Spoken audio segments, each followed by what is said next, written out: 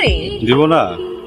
তুই আমাকে কত কিছু দিচ্ছিস, তুই আমাকে ভালোবাসিস, তুই আমাকে সময় দিস, তুই আমার জন্য খাবার আনিস, তোর বাসায় যদি বরপক্ষ আসে ওদেরকে চারাই দিস, মুখ দেখে যে টাকা দিয়ে যায় ওটা তো আমাকে দিয়ে দিস। আমি বললাম আমার একটু কিছু দেওয়া। Thank you. নে এটা নে, এখানে 20,000 টাকা আছে। এতগুলো টাকা? ওরে রে, আজকে তো তুই তো অনেক বড় লোক পাত্র ছিল আসছিস তাহলে আমার জন্য।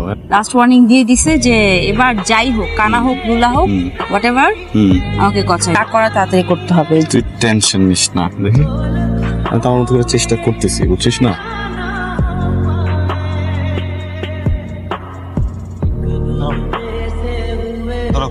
আমি তো তোমার কাছে বাবা কোনো টাকা পাবো না। তুমি কি ভাবছো আমি তোমাদের খবর রাখি না? ফোনের মধ্যে কারে বলতেছিলা 5,000 টাকার কথা? বেতন যা পাইছি সবই তো পাঠাই দিছি, আমার দ্বারা তো 1 টাকাও রাখি নাই। তোমরা যদি কও আরো 5,000 টাকা লাগবে, আমি টাকা কোথা দিয়ে পাবো? বাজার কথায় কথায় ইমোশনাল হয়ে যাও। আসসালামু আলাইকুম। ওয়ালাইকুম আসসালাম।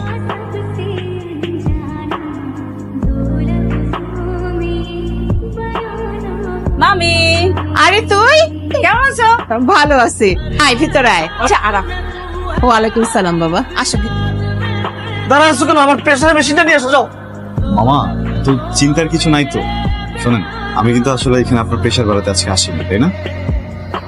আমি আসছি, আনিকা আমাকে বিয়ে করবে তো, উনি আসছে।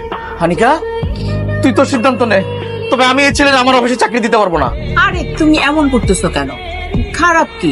কোনো কাজকেই ছোট করে দেখা উচিত না বাবা। তুমি একদম সঠিক সিদ্ধান্ত নিচ্ছ, সৎ পথে কামাই করবা, এটাই তো বড় কথা।